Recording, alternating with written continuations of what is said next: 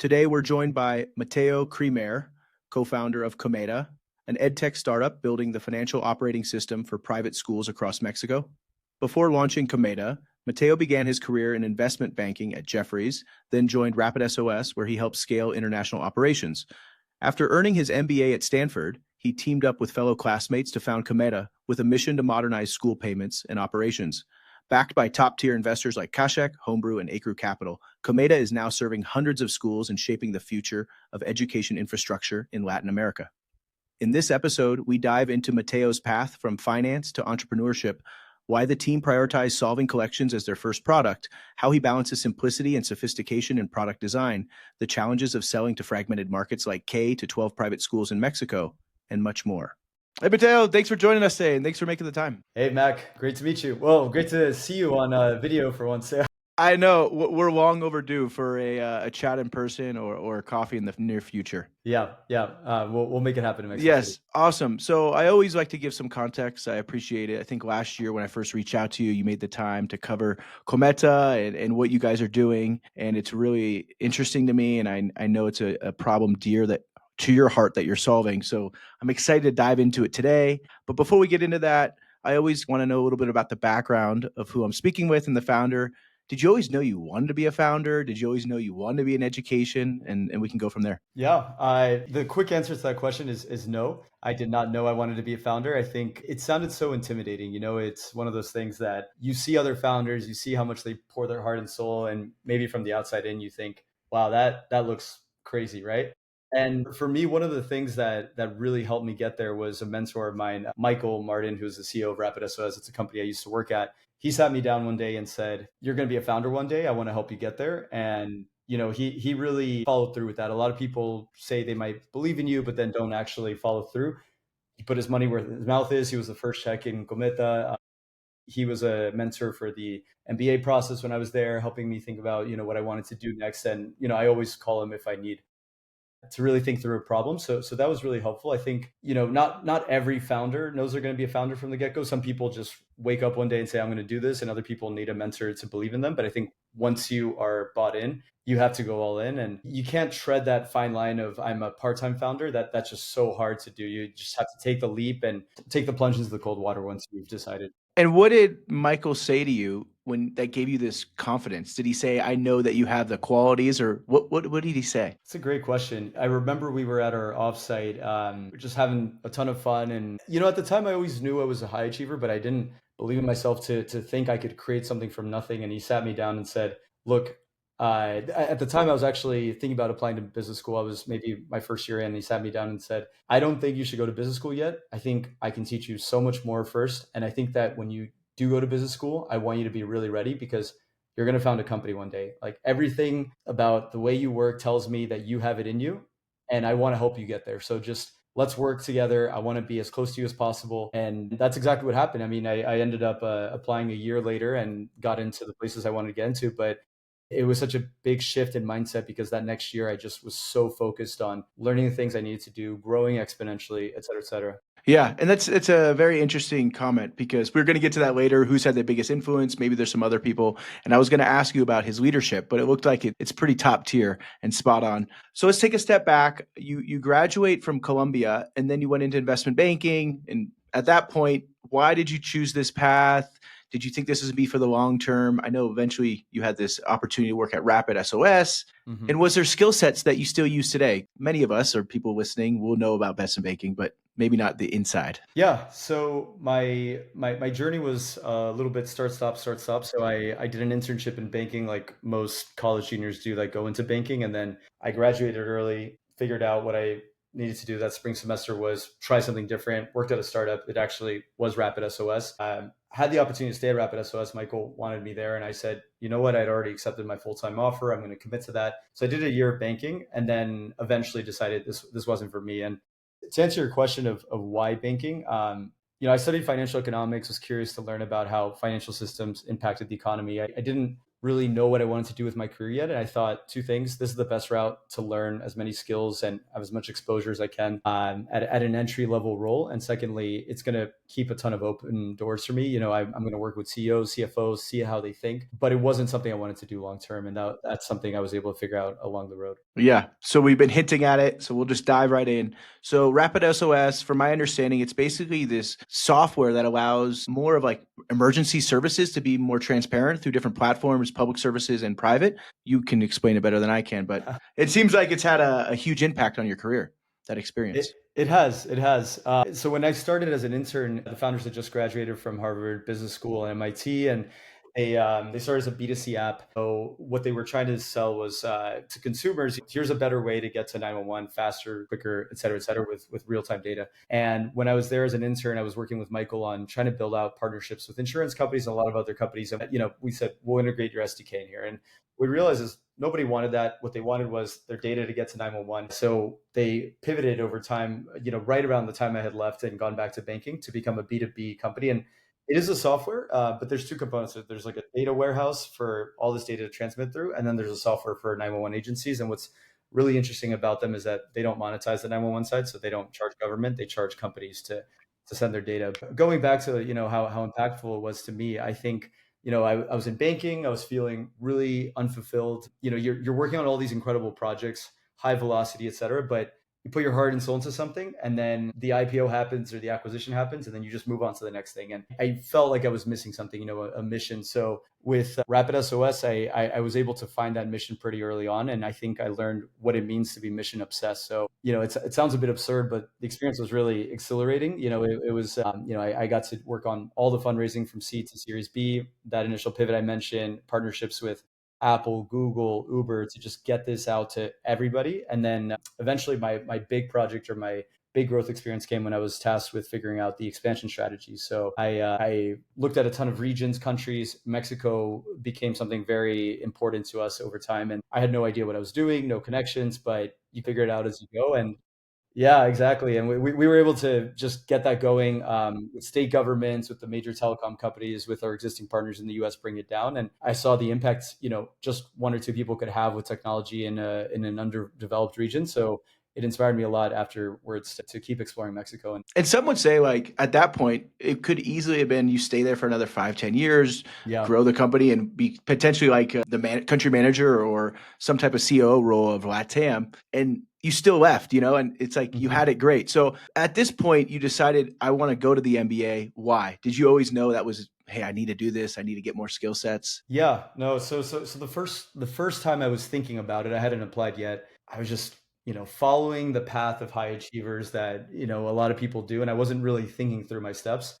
That year where Michael had told me pause for a second, think this through, was really helpful. And I ultimately came down to two reasons. I said I don't want an MBA, but I do want to go to Stanford to get an MBA. And and I said two reasons. Yeah, and I would highly recommend Stanford to anybody. But my reasons were interpersonal development. There's this famous class called Touchy Feely. You just if you put your heart and soul into it, you're going to grow exponentially in the interpersonal side of things. I was learning a ton of skills in a very high output, high performance type of place, but that interpersonal development is something you're only going to get over many years in the traditional, career ladder. And I got that in too.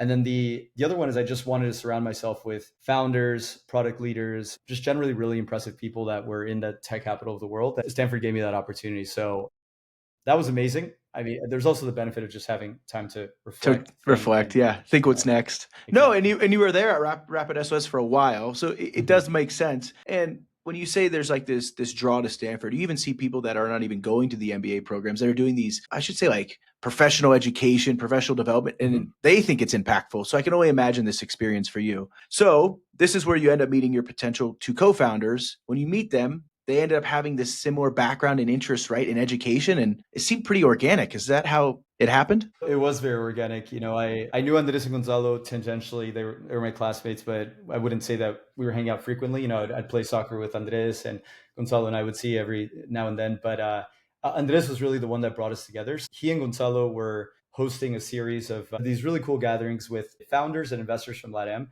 they had a fun name for it, Ideas Chingonas y Chelas. So, it was just like, let's drink some beers and hang out. And it was like an informal entrepreneurship club for the Latam classmates in our year and the year below and above. So he came from an entrepreneurship background. He had founded a coding bootcamp in Peru before Stanford. And then Gonzalo came from the world of fintech and was really just all in on, let me build fintech for LATAM, but I want to do it for specific industries. Andres knew I was working on startup ideas in edtech, and I'd also been working at Duolingo. And he said, I want somebody that's obsessed with education like me. What we didn't realize, and probably the first time we sat down, the three of us together, is we all come from education backgrounds. Like we all come from families of educators. So that also helped us just really go all in on what we wanted to do eventually. Exactly. I didn't have this in what I was thinking. I'm gonna take an opportunity to just dive in, but Duolingo is like amazing, like from the content side. I've been blown away, and I don't think anybody competes with them. Was there something that you took away from that short time as an intern from maybe the marketing side? Because everybody talks about it. Everybody.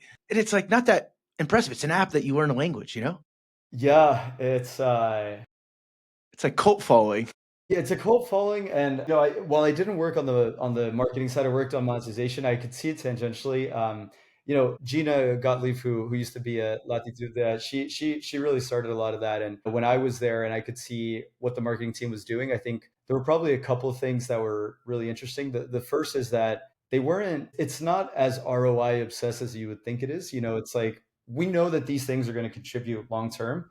So, and that's actually one of their values. It's all about thinking about the long term vision and the long term where we want to get to in 5 or 10 years. Like, you don't need to optimize every single little thing, which is actually interesting because the product team was very focused on optimizing every single little thing. But on the marketing side, they knew what they were doing, and then secondly, they were just really good at having a grasp of what the culture was asking for. So they had very unique campaigns per region, and it wasn't like we're going to do this one thing in the US and we're just going to apply it elsewhere. They would say, we're doing a specific campaign that's only for Japan, and we're going to go all in on this one thing that Japanese people love. And then the German team was doing something completely different, and all of that just worked so seamlessly. And I know it was B2C, and Cometa is B2B and continues to be in the future. From the EdTech side, was there something that you were like, oh, this is something I can take as I pursue potentially this opportunity in the future? Because EdTech does have some parallels. Yeah.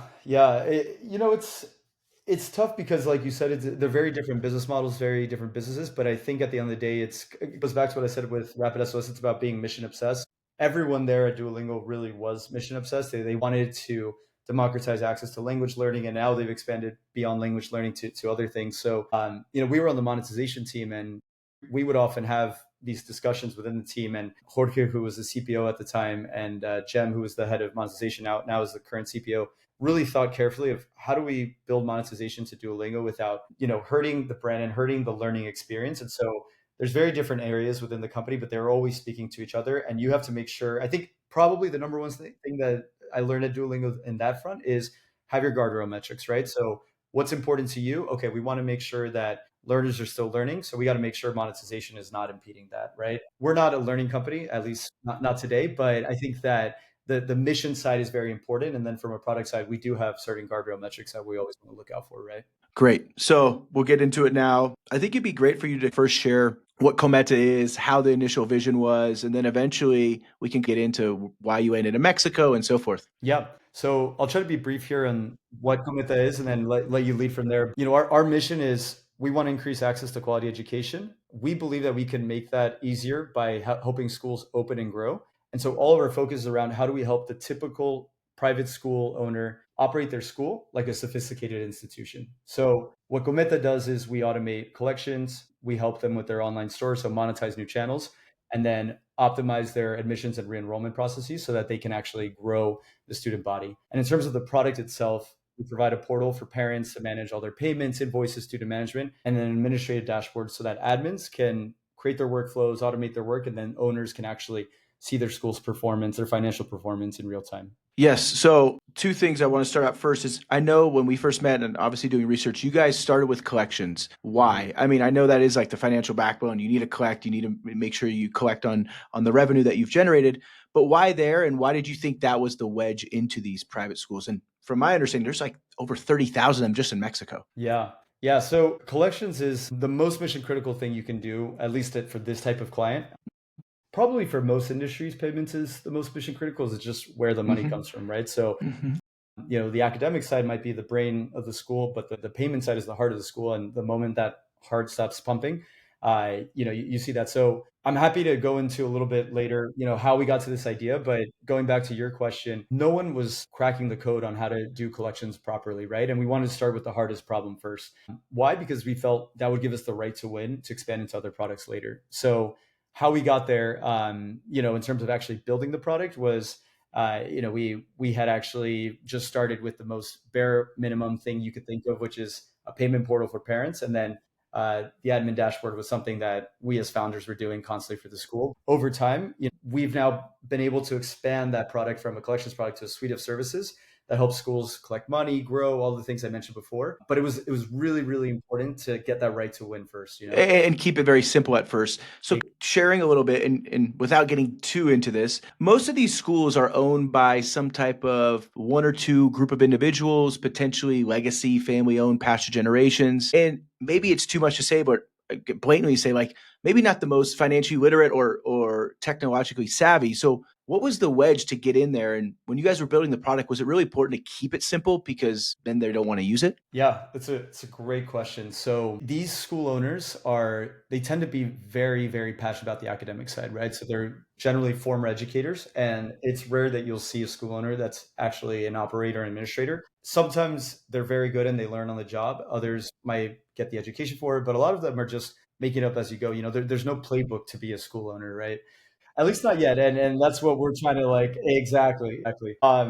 To answer your question, how do you actually get your foot in the door today? I mean, it's a brutal market to sell to. When we first started, we were the only venture-backed startup in this space. Now there's a couple others, but more importantly, and what we tend to face off against is hyper-local dynamics, right? So you don't have national providers or even like Latam-wide legacy players. There are a few, but it's a lot of local players and local providers that schools tend to trust as like a trusted member of that community, right? So these products are extremely outdated, but the schools trust them. So how do you get your foot in the door? You have to build that trust, right? And going back to the Duolingo thing, you have to invest in a lot of strategies that don't return an immediate CAC payback. You have to be top of mind at the right moment. You have to truly care about their problems. I think these schools are very good at sensing who's selling them something versus who actually is there to help them and understands very, very deeply their pain. So I give Andres a lot of credit here. He's really good at this. He's figured out a ton of our initial go-to-market playbooks that we use today. Generally, what we do is we try to build ourselves as a thought leader. We try to become the best friend of every school owner. Not all of these school owners need a collection solution today. Some of them have been locked into a 3-year contract, but over time, what we're seeing is, when the time comes, they come knocking at our door, and of course we're always knocking on theirs, right? So that's like a quick summary of how we've been able to do it. And yeah, and you mentioned a little about the profile, and you said Andres is mastered this go to market, but a lot of industries here, as I've observed, I was talking to Jaime from Savento, it's like super fragmented. It's like there's not these large ownership groups. So when you're thinking of 30,000 schools, how did you guys, or maybe you could share a glimpse of what Andres thought, think about the actual go to market? Is it really on the boots on the ground, like going in, meeting in person, or did you slowly figure out, okay, I can do this virtually, come to conventions, host some type of activations? How? Where do you start? I just asked like a whole nother episode of go to market in Mexico. It is so tough. Like I mentioned before, these schools are not deprived of technology as much as you think they are. A lot of them choose not to use it, and that's a whole different thing. But you get bombarded by local providers for LMSs and SISs and CRMs and whatever. So you can't just like adopt a simple cold prospecting playbook and hope that you're going to stand on the market. But you also can't, create a fancy website and a product-led growth channel and just hope that people are going to. Exactly. So the best growth tactic is, we visit schools nonstop. We hear their problems. We evangelize the tactics that we see are working in the space, and we just are constantly there telling schools like, this is the best way you could run your school. We had to experiment with a lot of different tactics, and we of course continue to do so. So we had to build that mindset within the sales team. There's an experimentation culture here. Like we need to embrace failure. We need to know what's working. And then when we see that, we just double down. And it's painfully hard because there's no silver bullet. But I feel like we've set the foundation. So for example, we'll run events around the country. We create a lot of content for schools that tend to complement what we're pitching in these events. And the combination of these things and a few others, like having a close group of schools that are just constantly spreading the word of mouth, tends to create that snowball effect that we're seeing today. Yeah. And I think maybe that's a quick way to kind of one of the thoughts I was going to ask is what was the background and initiative and purpose for this, I think 2024 educational, I guess you'd say, report of Mexico. What was the thought process and what was the expected outcome? And do you continue to do this? I remember we talked, you were like, hey, Mac, do you have anybody that maybe could help with this? It takes a lot of time, right? It takes, yeah, yeah, yeah, yeah. Yeah. We're building out the this year's report right now, and yeah, it's a huge investment.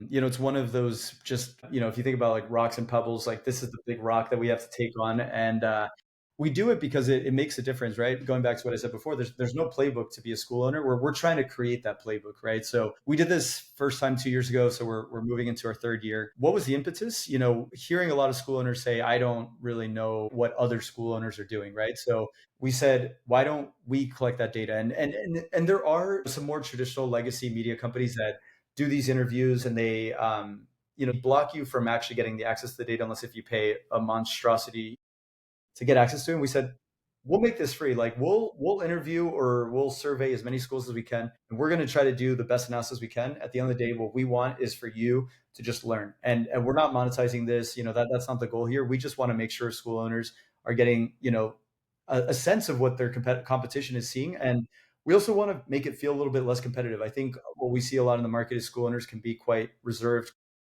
closed off on sharing their information. We're trying to lower that barrier and say, hey, look, like we can all win here if we actually share what's working in the industry. Yeah, the way I hear that from you is this ability to build a community and brand is super challenging, especially like when you're thinking B2B, like educational software. Like it's not the sexiest thing, right? But it's like trying to find ways to make it organic but not feel forced. And I think this is a good one.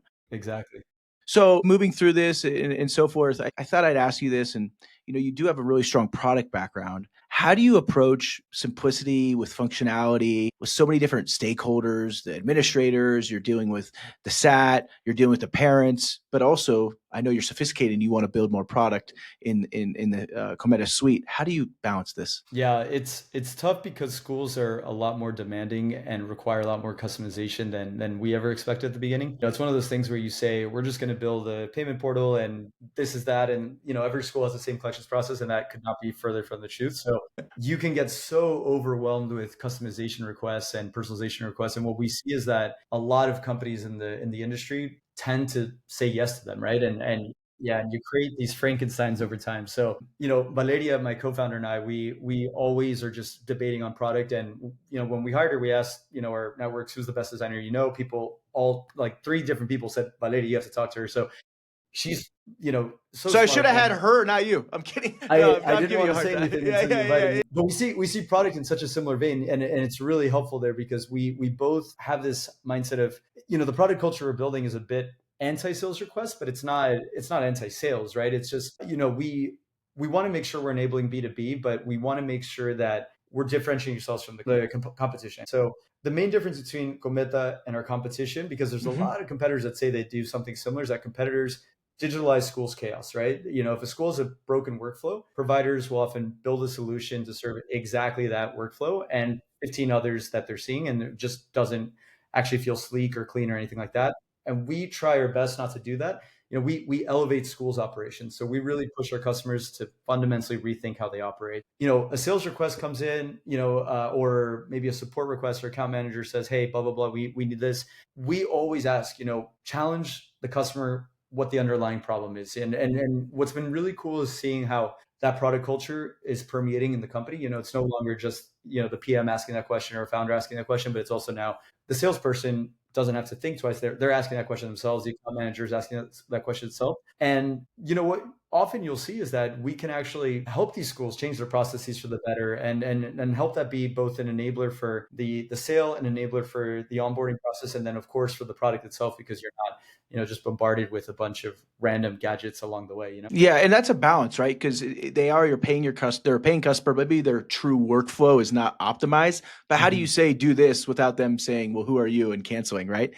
Yeah, and the churn goes up. So how do you think of listening, and then how do you think of deliberately not choosing to build products? So name a couple of examples of some things that in the beginning you're like, you know what, we knew we didn't need to do this, but it was a lot of Yeah. requests. Yeah, so we didn't get to the ideation at the beginning of Cometa. I'm happy to come back to that, but there was a point where we had considered factoring, for example, right?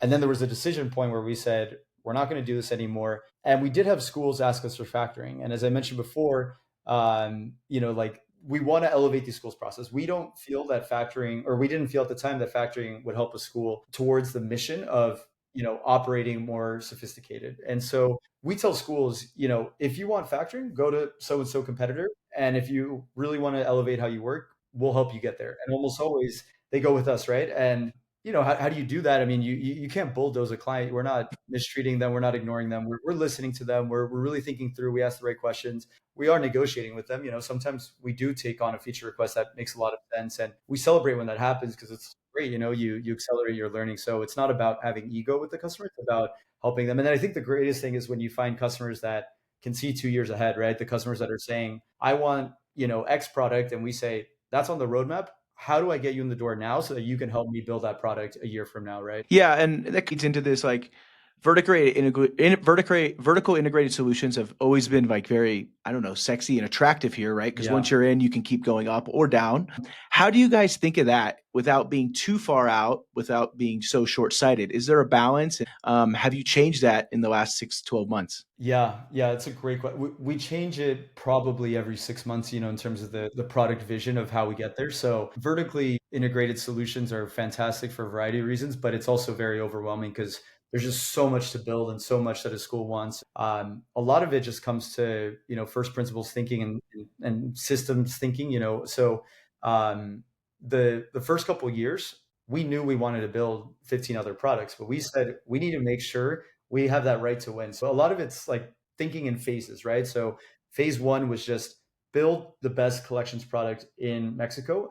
We're not in Latam today, but I believe we're also probably the best collections product in Latam as well. And we knew there was going to be a phase two. And we would constantly tell the team, more or less, it's going to be this timeline. Just wait, just wait, just wait.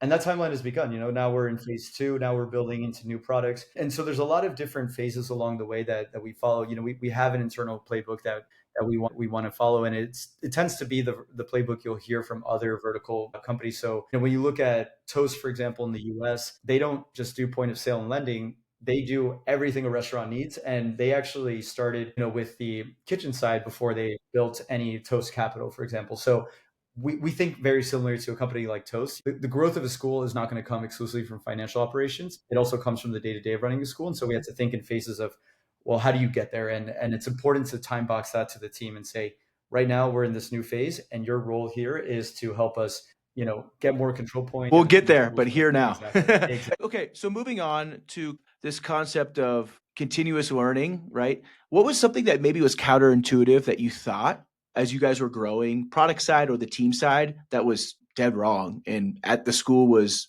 maybe better than you thought at this option?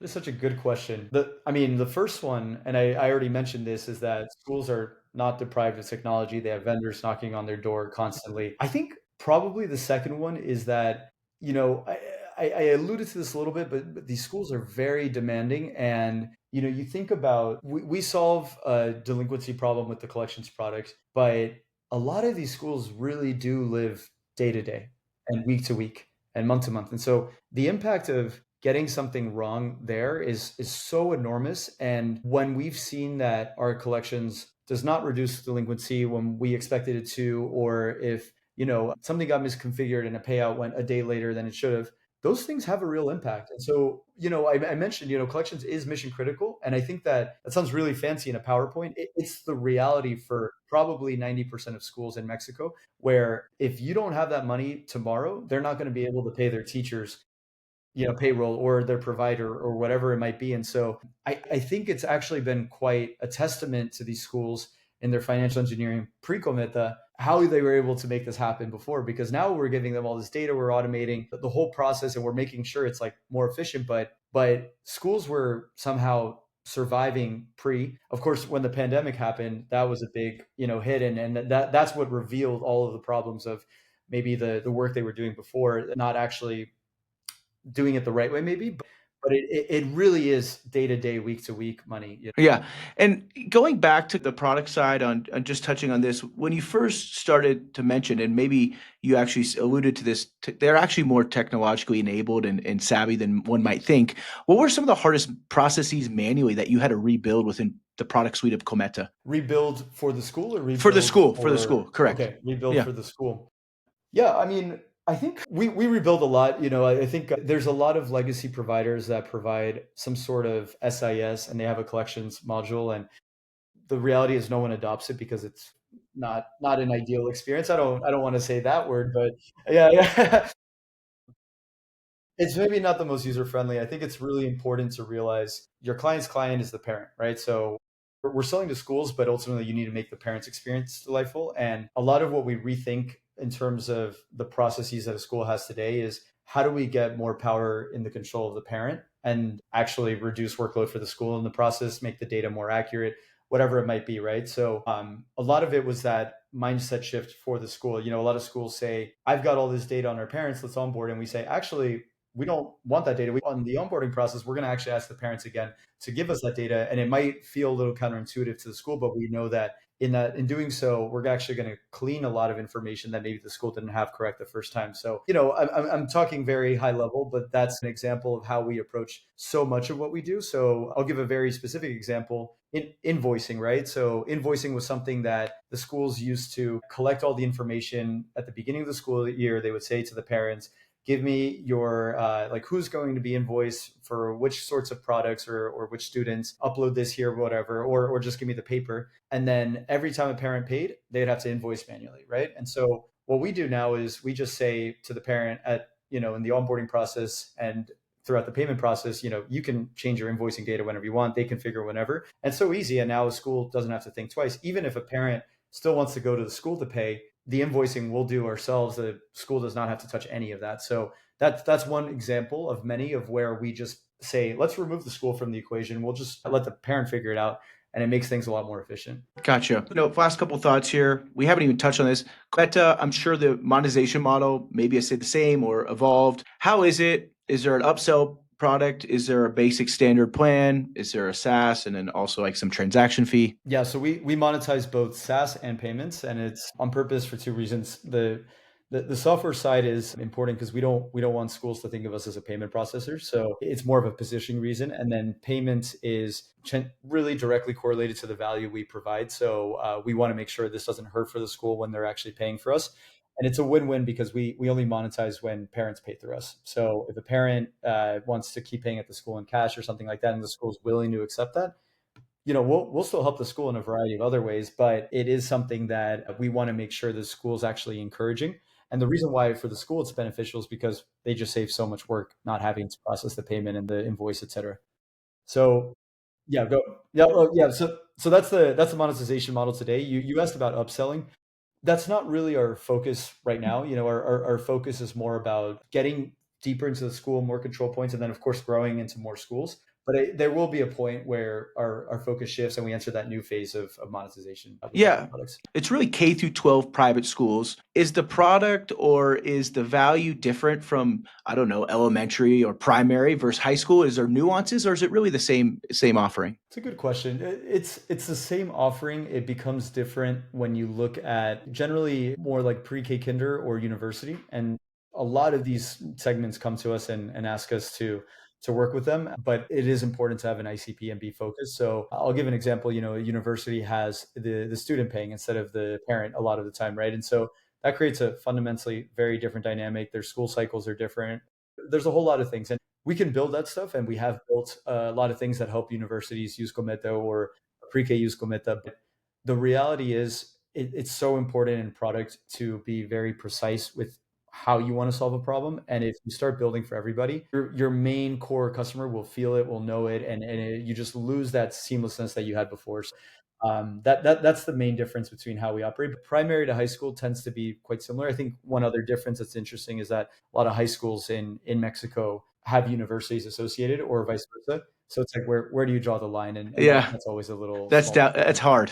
It's a Yeah, nuance, right? exactly. So looking back now, the inception story, we jumped over it, but the vision from the founding team, and I know you guys have added Valeria, has it changed at all? And in what way it has and what way it hasn't? Yeah. Do you mind if I actually tell a little bit of how we got to Yeah, the of course. mission No, vision? yeah, Yeah, of course. because Yeah, I think yeah. I think that Yeah, gives that'd be good important. context. Yeah. And then I'll answer your Yeah. question. Or actually, I'll start with the question first. So Whatever you the want. mission has always been the same, and then the vision is, or the product vision is what's changed over time. So I always ask founders, what problem are you solving? Not what's your idea, because everyone pitches an idea, but that idea is going to grow and evolve. But the problem area is the one that will probably stay the same if you're really passionate. So, you have to start with a mission. You think deeply about, well, in order to solve that mission, what problems do I need to solve? You go to the solutions, and then over time, you're going to iterate that. So, in our case, we always started with a very clear mission of, we're going to increase access to quality education in Latin America. And why? Because of the education backgrounds. We also firmly believe that most problems in Latam stem in some way or another from a lack of access to quality education. So then we had to think about, well, what problems are occurring there, right? And we started in the pandemic. It became very clear to us pretty early on what private schools were suffering from at the time. And so that helped us get to where we are, or where we were 2 years ago, which was, we're going to help schools with their financial operations to help them operate and grow. But over time, that vision has expanded and improved and become more refined. Like I said, every 6 months we tend to reevaluate, are we headed in the right direction? So our vision today is no longer financial operations. It's how do we become the operating system for the school? We believe that that's what's going to help us actually achieve the mission that we have at Cometa. Do you think starting during the pandemic was actually really beneficial to you? Maybe if you started Cometa 2 years before, it maybe would have seen as valuable. I maybe could say from my perspective, it might have been amazing timing. It's amazing timing, and also at the same time, you have to ask yourself, well, what are you solving for here? So, for example, if you look at Isaac in Brazil, and I know that's not the exact pronunciation in Portuguese, but I'd rather not botch it. They do a revenue guarantee, and that works really well in their region. So, and it works really well in the pandemic because a lot of these schools were experiencing huge delinquency problems in the pandemic. They grew like crazy in the pandemic, and then over time, I think what happened was that need went down, and then they had to expand into other products, right? So in some ways, it's a blessing and a curse to start in that time. For us, it was very helpful because what it was it was like a brick fell, through a window, and you could just see so clearly what is actually going on in this industry. And I alluded to this earlier, but schools were doing a lot of financial or administrative engineering to make their business just barely operate. The moment you added in that brick and the glass started, you could see everything is broken, right? And so for schools, it became this big wake up call of 1/3 of all schools in Mexico are closing. I just lost a lot of students. My neighbors are closing. What do I need to do to change that? And then that's where Cometa came in and was able to pick up some steam. Adding this in, and I thought it was good. I got this inspiration just now. How do you think of WhatsApp and the power of WhatsApp for you guys, right? Because you guys are B2B, but the end user is this parent and everybody uses WhatsApp. I'm still blown away by like how everybody is obsessed with this here. Some ways it's Yeah. good, in some ways it's just nonsense. How do you guys integrate WhatsApp? And has that been important to you? Has that been important in the way you're like, hey, how do I make this the simplest way for the user to pay a tuition payment? Yeah, it's very core, and at the same time, you can't fully put all your eggs in one basket. So, for example, all of our interactions with parents are through WhatsApp, and we actually have a WhatsApp group with every school we launch, which is probably pretty unique. And the founders are bombarded all day with messages and requests and questions, and that's okay because it just helps you be so close. Like, can you imagine the U.S. having that opportunity? Like, maybe Wow, it's that I don't know. Yeah, no, I yeah, was thinking the opposite. I'm like, wow, that is true. But then all yeah. of a sudden you have 1,000 messages to read every Monday. Exactly, and you just hit, as quick as you can through the WhatsApp groups. But and then if you can add some AI in there, then you get a ton of insights. But so anyway, it's really positive, and we do bet a lot on WhatsApp, but we don't want our entire business to be dependent on WhatsApp because you never know what change WhatsApp will make. Like they recently made some changes that make it harder to market to people, right? So imagine if all of our marketing within the parent side was through WhatsApp, like we would have to change a lot. So we do invest a lot in having real estate, both mental and visual, with the school and with the parent. But we do want to make sure WhatsApp is a core part of our experience. Gotcha. Last thing before we go to the next set here. You guys raised a Series A last year, I think in the fall, of $12 million with prominent investors, Kazakh, Reach Capital, Homebrew, Accrue Capital, Latitude. I mean, to say the least, it's a pretty impressive cap table, especially in Mexico and maybe in the US as well. How was this fundraising process? I know you've been close to it ever since Rapid SOS. What are you most excited about having some of these investors on your cap table? Yeah, so it's interesting, but in both rounds, we've been preempted. We had basically investors tell us we're ready for you before we were ready for them, and some founders might not like that. I think not every startup needs to raise capital, but for us, it was so important to have partners that just really believed in us and great minds that challenge you. So for us, it feels like a safe space where we can really think through ideas and have people that have seen this 15, 20, 50 times, whatever it might be, and help us think about it from a different perspective. We have a portfolio company that does the exact same thing or had the same problem in hospitals, et cetera. So that was always really important to us to bring partners close. And we haven't necessarily gone for the highest term sheets in these processes, both rounds. We had more interesting offers financially, but we went with other partners. I would recommend any founder that wants to raise to work with the ones that we have today. Reach, Kazakh, Homebrew, Latitude have been with us since day zero. And each one of them have stepped up in very, very powerful ways. Esteban and Mariana are on our board, but Satya and Hunter from Homebrew and the Latitude team have been just fantastic. And A Crew, recently joined in the Series A. They were a new investor, and Maitri and Lauren have just such deep vertical SaaS experience, so they got it from the get-go. We gave one pitch and they knew exactly where we were headed, and it started becoming us interviewing them versus them interviewing us in the process, because we were just so fascinated about the ideas they had to offer. So it's kind of like last couple of things here. Just more about the Mexico ecosystem in general when it comes to education, really in the private sector, because we're not going into the public sector. Why do you think financial operations and education have been neglected? It's probably a broader question, but for you, really specifically in Mexico, and you could tie in Latin America. Yeah, so if you take a step back, I mean, fintech only gained steam in the last decade, and you probably needed the big players like Nubank and Zeppelin to go for huge markets, pretty horizontal products, to then open the way for the niche products, right? So then Cometa is going very niche now in education. We're tackling a lot of different things beyond just fintech for education. I don't think financial operations in education has been neglected necessarily. If you look at Brazil, Edubank and Isaac started that market, and then there was a lot of investment in Brazil. And in Mexico, it was the same. We raised our Series A in early 2022, and then a couple other companies followed after. I do tend to think that these markets are very big, but it's also a lot more interesting when there's a winner take all, and these will probably become winner take all markets. I was gonna say, like, do we think this is a winner take all or no?